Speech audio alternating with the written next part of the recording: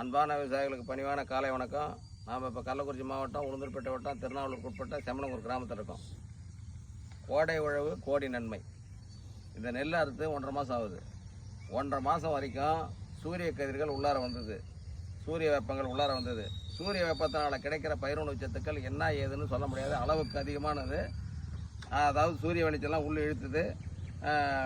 வெப்பச்சலனத்தை வெப்பத்தை வந்து உள்ளார இறக்கணும்.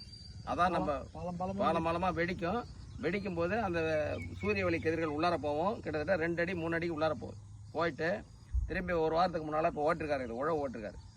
ஓட்டுனது இப்போ வந்து இயற்கையாக மழை பெஞ்சிருக்கு. மழை பெஞ்சதுன்னா இந்த மழையில் உள்ள நைட்ரஜன் வந்து வேறு எங்கேயும் கிடைக்காது. இந்த நைட்ரஜனை நிலைநிறுத்தணும்னா இது மாதிரி புழுதி ஓட்டி வச்சா அதை நிலைநிறுத்தலாம்.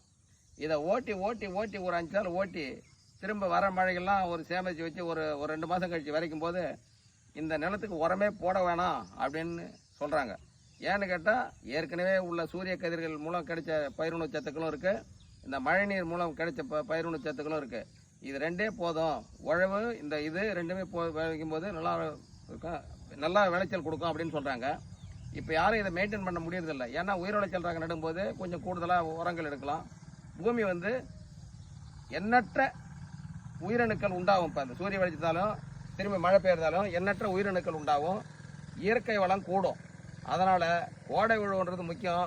அதே சமயத்தில் சூரிய வெளிச்சம் ஒரு 2 மாதமாச்சும் அறுவடை பண்ணி ஒரு 2 மாதமாச்சும் காய்ஞ்சதுன்னா அந்த பூமியில் திரும்பி பயிர் வைக்கும்போது நல்ல முழு பலனையும் நம்ம பயிருக்கு கிடைக்குன்றதை பணிந்து தெரிவித்துக் கொள்கிறேன். நன்றி, வணக்கம்.